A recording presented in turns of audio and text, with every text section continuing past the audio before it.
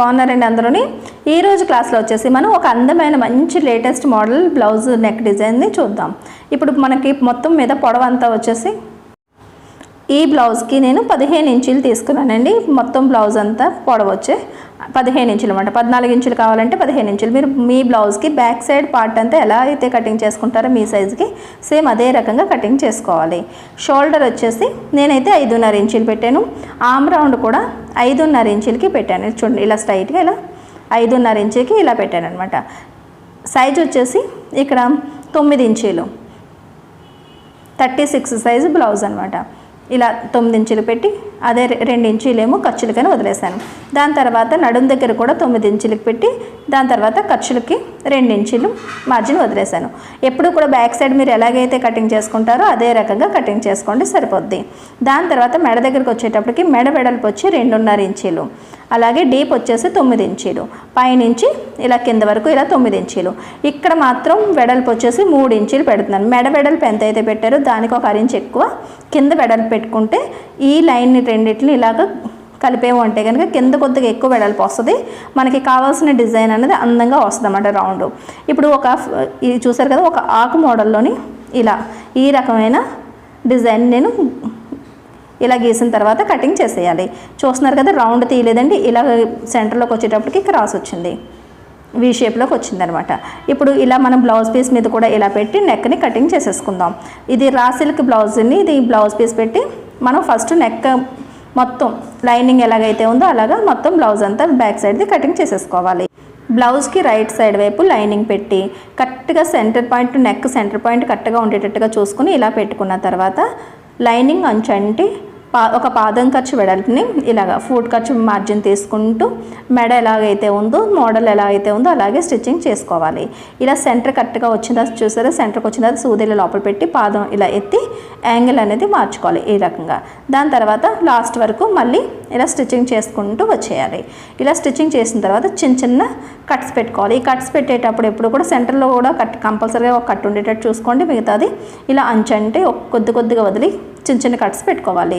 ఇప్పుడు ఇలా లోపల వైపుకి లైనింగ్ని ఇలా తిప్పేసి అంచంటే ఒక టాప్ స్టిచ్ వేసేసుకోండి.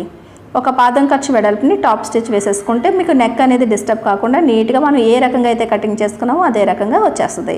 చూస్తున్నారు కదా, ఇలా ఒక పాదం ఖర్చు వెడల్పుని ఫస్ట్ మీరు స్టిచ్చింగ్ చేసుకుంటే నెక్ రెడీ అయిపోద్ది అనమాట. ఫస్ట్ నుంచి లాస్ట్ వరకు కూడా ఒకే మార్జిన్ని మెయింటైన్ చేసుకుంటూ ఇది ఇలా టాప్ స్టిచ్ అనేది వేసేసుకోవాలి. ఇలా లాస్ట్ వరకు టాప్ స్టిచ్ వేసుకున్న తర్వాత ఇలా వెనక్కి తిప్పితే మనకి లైనింగ్ అంచు ఎంతవరకు ఉన్నదన్నది తెలుస్తుంది. ఇదే రకంగా మొత్తం చుట్టూ కూడా ఇలా అంచు అంటే చుట్టూ స్టిచ్చింగ్ చేసేసుకోవాలి. ఇలా మొత్తం లైనింగ్ అటాచ్ అంతా చేసేసుకున్న తర్వాత ఫస్ట్ మనకి ఏదైనా ఆపోజిట్ కలర్ మనకి బ్లౌజ్ శారీలో ఉంటే పర్లేదు, లేదంటే సేమ్ కలర్ అయినా సరే లేస్ తీసుకుని ఇలా ఒకవైపు కరెక్ట్గా అంటే నెక్ సెంటర్ వరకు కూడా ఈ అంచు ఎలాగైతే ఉందో అదే రకంగా స్టిచ్చింగ్ చేసుకోవాలి. ఇది గ్రీన్ కలర్ కాబట్టి నేను గ్రీన్ కలరే తీసుకున్నానండి. ఇక్కడ చూసారా, సెంటర్ కరెక్ట్గా సెంటర్కి ఉండేటట్టుగా చూసుకుని తర్వాత కట్ చేసేసుకోవాలి. సెంటర్ వరకు లేస్ అనేది అటాచ్ చేసుకోవాలి. దాని తర్వాత రెండో బార్డర్ అంచు కూడా ఇలాగ రివర్స్లో స్టిచ్చింగ్ చేసుకుని వచ్చేయాలి. అంటే 2 అంచులు కూడా లేస్కి ఎప్పుడు స్టిచ్చింగ్ అనేది చేసుకోవాలి. ఇప్పుడు ఈ సెంటర్ నుంచి ఇలా ఇక్కడ నుంచి ఇలా డౌన్కి కిందకి ఒక డిజైన్ లాగా మనం మార్కింగ్ చేసుకొని ఈ మార్కింగ్లో కూడా మనం కింద నుంచి నడుం దగ్గర నుంచి స్టార్ట్ చేసుకుని లేస్ని అటాచ్ చేసుకోవాలి. లేస్ అనేది ఏ కలర్లో తీసుకోవాలన్నా సరే మీ ఇష్టమండి. శారీలో ఏమైనా డబుల్ కలర్స్ ఉంటే కనుక అవి యూజ్ చేసుకోవచ్చు అనమాట. అదే కలర్ లేస్ అనేది వేసుకోవచ్చు. ఈ రకంగా లేస్ అంతా కూడా మళ్ళీ ఇలా ఈ అంచుకి ఇలా కుట్టుకుంటూ నేను చూపించిన విధంగా జాయిన్ చేసుకుంటూ వచ్చేయాలి. ఈ అంచుకి లాస్ట్ వరకు వచ్చేసిన తర్వాత షోల్డర్ దగ్గరికి లేస్ని కట్ చేసి తీసేసుకుని తర్వాత మళ్ళీ ఇలా రెండో అంచుని ఇలా ఒక అంచు అయిపోయిన తర్వాత రెండో అంచుని స్టిచ్చింగ్ చేయకూడదు, వదిలేయాలి. దీని తర్వాత మనకి ఆపోజిట్ కలర్ ఏదైనా ఒక కలర్ తీసుకుని కానీ 1.5 ఇంచు వెడల్పుని ఒక రిబ్బన్ లాగా స్ట్రైట్గా కట్ చేసుకొని, ఇది క్రాస్ పట్టి ఏం కదండి, స్ట్రైట్గా కట్ చేసుకొని అటువైపు అంచు ఇటువైపు అంచు ఫోల్డ్ చేసి మళ్ళీ మధ్యలోకి ఇలా ఫోల్డ్ చేసుకుని మనకి బొందు కుట్టుకున్నట్టుగానే ఇలా కొద్దిగా వెడల్పు ఉండేటట్టుగా స్టిచ్చింగ్ చేసుకోవాలన్నమాట.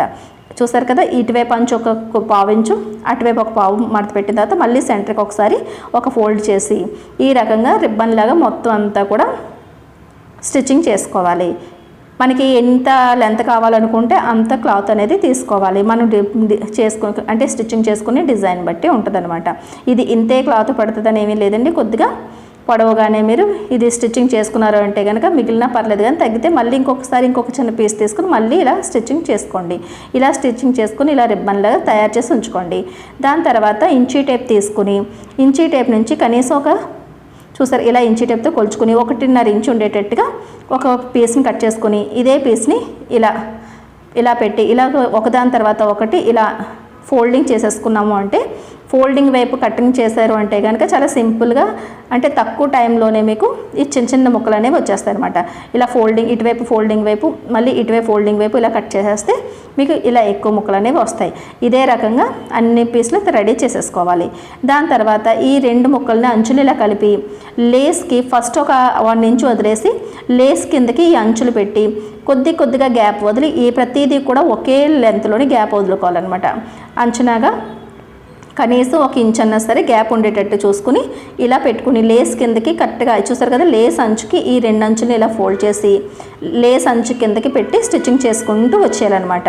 2 అంచుల్ని ఒకదాని మీద ఒకటి ఇలా పెట్టుకోవాలి. ఇలా పెట్టుకుని లేస్ కిందకి ఇలా పెట్టి ఎక్కడ కూడా అంచులు బయటికి మిస్ కాకుండా చూసుకోండి. లేస్ కిందకి కరెక్ట్గా వచ్చేటట్టుగా చూసుకోండి. ఒకవేళ ఇలా పెట్టడం రాకపోతే కనుక ఏదైనా సూది గట్ట తీసుకుని చక్కగా కింద వరకు పని పెట్టుకుని దాని తర్వాత స్టిచ్చింగ్ అనేది చేసుకోవాలి. ఈ పీస్లో జాయిన్ చేసేటప్పుడు లెంత్ అనేవి 2 అంటే ఒకదానికొకటి మధ్యలో ఉన్న గ్యాప్ అనేది అన్నిటికీ ఒకే రకంగా వస్తే డిజైన్ అనేది లుక్ వస్తుంది అనమాట. ఒకవేళ ఇలా అలవాటు లేని వాళ్ళు చాక్తోనైనా సరే ముందు మార్కింగ్ చేసుకుని 1 ఇంచుకి దాని తర్వాత మనం స్టిచ్చింగ్ చేసుకోవచ్చు. 1 ఇంచే ఉండాలని ఏమీ లేదండి. అంటే మొత్తం అన్నిటి మధ్యన ఉన్న గ్యాప్ అనేది ఒకే రకంగా ఉండాలన్నది నేను చెప్తుంది. ఇక్కడ నుంచి ఇలా లాస్ట్కి ఇలా పెట్టి కొద్దిగా 1 ఇంచు గ్యాప్ ఉన్నా సరే పర్లేదు, ఇంకొకటి పెట్టాల్సిన అవసరం లేదు. ఎందుకంటే నడుముకి అంచు స్టిచ్చింగ్ చేస్తాం కదా. దాని తర్వాత అంచు అంటే ఈ లేస్ దగ్గర నుంచి ఇటువైపుకి 2 ఇంచీలు వెడల్పుని ఇలా ఈ డిజైన్ ఎలాగైతే ఉందో అంటే ఏ రకంగా వంపు తిరిగిందో అదే రకంగా మీరు రెండోసారి 2 ఇంచులు వెడల్పుని సేమ్ అదే రకంగా మార్కింగ్ చేసుకోవాలి. నేను చూపిస్తున్నట్టుగా కొద్ది దూరంలో మనం ఇలా కొలుచుకుంటూ పెట్టుకున్నామంటే కనుక ఎగ్జాక్ట్గా ఫస్ట్ లైన్ ఎలాగైతే ఉందో రెండో లైన్ కూడా మీకు అలాగే వస్తుంది. లేదు అంచనాగా గీసారు అంటే కనుక ఒక దగ్గర సన్నంగా ఒక దగ్గర వెడల్పు అనేది వచ్చేస్తుంది అనమాట. ఇలా మార్కింగ్ చేసిన తర్వాత ఇప్పుడు మార్కింగ్ చేసిన దాని మీదే స్టిచ్చింగ్ వచ్చేటట్టుగా చూసుకోవాలి. ఇలా పెట్టి అంటే ఫోల్డింగ్ అన్నది లోపల వైపుకు ఉండి ఈ అంచులు అనేవి బయట వైపుకు ఉండేటట్టుగా ఇలా ఆపోజిట్గా పెట్టుకుని ఇందాక మీరు ఇటువైపు మనం ఎలాగైతే పెట్టుకున్నామో దానికి ఆపోజిట్గా ఉండేటట్టు చూసుకుని ఒక్కొక్కటి ఇలా పేర్చుకుంటూ చక్కగా మనం గీసుకున్న గీత మీదకి కుట్టు వచ్చేటట్టు చూసుకోవాలన్నమాట. అదే గీత మీదకి కుట్టు అనేది రావాలి. మనం స్టిచ్చింగ్ చేసిన పీసులకి ఆపోజిట్గా అంటే ఎదురెదురుగా ఉండేటట్టుగా ఈ ముక్కలు అనేది పెట్టుకోవాలి. చూస్తున్నారు కదా, డిజైన్ అనేది మనం కరెక్ట్గా ఒకే మార్జిన్ వదులుతూ చేసాము అంటే కనుక నీట్గా మనకి ఫినిషింగ్ కూడా వస్తుంది అనమాట. స్టిచ్చింగ్ అనేది ఫోల్డింగ్ వైపుది మాత్రం ఒకే లెంత్ ఉండేటట్టు అంటే ఒకే రకంగా ఉండేటట్టు చూసుకోవాలి. మనకి 2 మడతలు 2 అంచులు కలిపి స్టిచ్చింగ్ చేసిన దగ్గర స్టిచ్చింగ్ కన్నా బయటికి ఇవి వచ్చేసినా పర్లేదు, తర్వాత కటింగ్ చేసి తీసుకోవచ్చు. కానీ లోపల వైపు ఫోల్డింగ్ మాత్రం అన్నీ ఒకే లెంత్ ఉండేటట్టుగా చూసుకోండి. ఇలాగే మొత్తం లైన్ ఎంత ఎలాగైతే ఉందో అలాగే ఒకదాని ముందు కుట్టినట్లకి ఎదురుగా ఇది పెట్టి ఇలా స్టిచ్చింగ్ చేసుకుంటూ వచ్చేయాలన్నమాట. ఇవి ఎన్ని పీసులు పడితే అన్ని పీసులు ఫస్ట్ మీరు ఇలా రెడీ చేసుకున్నారంటే కనుక ఇలా మడత పెట్టి స్టిచ్చింగ్ చేయడం అన్నది మనకి ఈజీ అయిపోద్ది. చూస్తున్నారు కదా, ఈ రకంగా ఇలా స్టిచ్చింగ్ చేసిన తర్వాత ఇంకొకసారి ఇది లాస్ట్ ఇది కూడా పెట్టేసి స్టిచ్చింగ్ చేసేయాలి. ఆ తర్వాత కుట్టిన తర్వాత మనకి ఇటువైపు బయట వైపుకి ఏమైనా అంచులు వచ్చినట్టు అనిపిస్తే కనుక కరెక్ట్గా కుట్టు దగ్గరికి ఇలా ఎక్కువ ఉన్నది అంటే ఎక్కువ లేకపోతే కట్ చేయాల్సిన అవసరం లేదు. ఎక్కువగా ఉన్నవి ఏమైనా ఉంటే కనుక ఇలా కట్ చేసి ట్రిమ్మింగ్ చేసి కరెక్ట్గా ఒకే లైన్లో ఉండేటట్టుగా కట్ చేసి తీసేసుకోవాలి. అతిగా అయితే కనుక లేస్ బయటికి కనిపిస్తూ ఉంటాయి. మళ్ళీ దీని మీద మనం లేస్ వేయాలన్నమాట. సేమ్ అదే కలరు మనం అంచుకి ఏ కలర్ అయితే లేస్ వేసామో అదే లేస్ని తీసుకుని ఇప్పుడు ఈ అంచుకి ఇలా స్టార్టింగ్ నుంచి షోల్డర్ దగ్గర నుంచి ఇలా స్టార్ట్ చేసుకుని లేస్ని ఇలా పెట్టుకోండి. ఇలా పెట్టి ఫస్ట్ మనకి ఈ రెడ్ ముక్కలున్న వైపు నుంచి అతికించుకుంటూ రావాలి. కరెక్ట్గా వాటికి మడత పెట్టిన మన ఫోల్డింగ్ అన్నవి కరెక్ట్గా వచ్చేటట్టుగా ఎక్కడా కూడా మిస్ కాకుండా చూసుకోండి. ఇవి బయటికి కనిపించి అంచులు బయటికి కనిపించాయంటే అందంగా ఉండదన్నమాట. మనం స్టిచ్చింగ్ చేసేటప్పుడు నెమ్మదిగా స్టిచ్చింగ్ చేసుకుంటే ఫినిషింగ్ అన్నది బాగుంటుంది. ఇలా ఇక్కడ మిగిలింది లేస్ని కటింగ్ చేసేసి మళ్ళీ రివర్స్లోని రెండో అంచుని ఈ రకంగా స్టిచ్చింగ్ చేసేసుకోవాలి. అంచు అంటే స్టిచ్చింగ్ చేసుకోవాలి. కుట్టేటప్పుడు మాత్రం కుట్టు మిస్ కాకుండా లేస్కి బయటికి రాకుండా చూసుకోండి. దీని తర్వాత ఈ తాళ్ళు ఉన్నాయి చూసారా, మనం డోరీ వెనకాల కట్టుకుంటాం కదా బ్లౌజ్కి, ఆ డోరీని రెడీమేడ్ది సేమ్ కలర్ తీసుకుని ఇలా కనీసం 1 మీటర్ తీసుకున్నా సరే సరిపోద్దండి మీకు.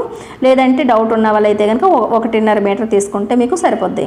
ఇప్పుడు ఫస్ట్ దాంట్లో పెట్టి దాని తర్వాత రెండో లైన్లోని సెకండ్ నుంచి ఇలా పిన్నిస్ పెట్టి ఇలా మనం తీసుకున్నామంటే సేఫ్టీ పిన్ ఒక ముందు చిన్న 3 పెట్టుకుని డోరీకి సేఫ్టీ పిన్ పెట్టుకుని చూసారు కదా నేను చూపిస్తున్నట్టుగా సగం కరెక్ట్గా డోరీని సగం ఫోల్డ్ చేసి ఆ సగం నుంచి కిందకు వచ్చేటట్టుగా పెట్టుకోవాలి. అంటే ఒక అంచుని కిందకి మనం ఇలాగ మొత్తం డిజైన్కి వాడుతున్నాం అనమాట. చూసారు కదా ఆపోజిట్ డైరెక్షన్లోని మనం ఇటువైపు ఒకటి వదిలి అటువైపు ఒకటి వదిలి ఇలాగ తిప్పుతున్నాం. ఎలాగైతే వీడియోలో చూపించానో అదే రకంగా మీరు డిజైన్ అనేది ఇలాగ రెడీ చేసుకోవాలన్నమాట. చూస్తున్నారు కదా ఈ రకంగా కరెక్ట్గా సగం నుంచి స్టార్ట్ చేసాం కాబట్టి ఇక్కడికి ఇలా వచ్చేసిన తర్వాత ఇక్కడ మిగిలిన డోరీని వదిలేసేయండి. ఇలా చూసారు కదా ఇలా మిగిలిన డోరీని వదిలేయండి. వదిలేసిన తర్వాత మళ్ళీ ఈ చివరిని కరెక్ట్గా ఒక 3 పెట్టి దాని తర్వాత ఇలా ఫస్ట్ మాత్రం సేమ్ ఎదురెదురుగా ఉన్న దాంట్లో పెట్టుకుని దాని తర్వాత నుంచి ఇది కూడా ఆపోజిట్ ఇప్పుడు ఏవేవైతే వదిలేసామో వాటిలోకి ఆపోజిట్ డైరెక్షన్లోని ఈ రకంగా డోరీని సెట్ చేసేసుకోవాలి. దీనివల్ల ఏంటంటే జిగ్జాగ్ లాగా చక్కగా నీట్గా మంచి డిజైన్ వస్తుందండి. చాలా అందంగా కూడా ఉంటుంది. ఇది ఎక్కడా కూడా మీకు ఊడిపోద్దని కానీ ఏదైనా సరే మనకి లేస్లు కట్ట ఏమైనా డిస్టర్బ్ అవుతాయని కట్ట ఉండదు. నీట్గా ఉంటుంది, చాలా షోగా ఉంటుంది. అంటే మనకి సింపుల్ డిజైన్ కింద ఉంటుంది, హెవీ లుక్ ఇస్తుంది అనమాట. ఇలా లాస్ట్ వరకు కూడా సేమ్ ఇదే రకంగా డిజైన్ రెడీ చేసేసుకుని ఇక్కడ ఒక నాట్ పెట్టేసుకోండి. చక్కగా రెండింటిని పట్టుకుని ఒక షూ లేస్ లాగా కుచ్చు కింద పెట్టేసుకోండి. పెట్టిన తర్వాత ఇలా పెట్టి ఇలా 3 పెట్టేసిన తర్వాత మీకు కావాలి అనుకుంటే కనుక మనకి హ్యాంగర్స్ ఉంటాయి కదా, లట్కన్స్ ఏమైనా కావాలనుకుంటే డిజైన్స్ మీరు ఇలాగ హ్యాంగ్ చేసుకోవచ్చు. లేదు అనుకున్న వాళ్ళు ఇలా చిన్నదిగా కట్ చేసేసుకుని ఈ మనం ఇక్కడ 3 పెట్టాం కదా ఈ 3 మీద కూడా చక్కగా కుట్టు అనేది ఒకసారి మిషన్తోని ఇలా స్టిచ్చింగ్ చేస్తామంటే ఇది ఊడకుండా ఉంటుందన్నమాట, స్ట్రాంగ్గా ఉంటుంది. దాని తర్వాత నడుం దగ్గర మనం ఎప్పుడే చేతికుట్లకి ముక్క ఎలా అతికించి లైనింగ్ పీస్ అతికించి రివర్స్ చేసి తీసేస్తాం అలాగే నడుము అనేది స్టిచ్చింగ్ చేసేసుకోవాలి. చూస్తున్నారు కదండి ఫైనల్గా మీకు డిజైన్ అనేది ఇలా వస్తుంది. శారీ బ్లౌజ్ కాకుండా శారీలో ఏవైనా ఆపోజిట్ కలర్ అంచు ఉన్నప్పుడు మీరు ఈ రకంగా డిజైన్ చేసుకుంటే చాలా నీట్గా ఉంటుంది. ఒకసారి ట్రై చేసి చూడండి. వీడియో నచ్చినట్లయితే కనుక ఒక లైక్ ఇవ్వండి.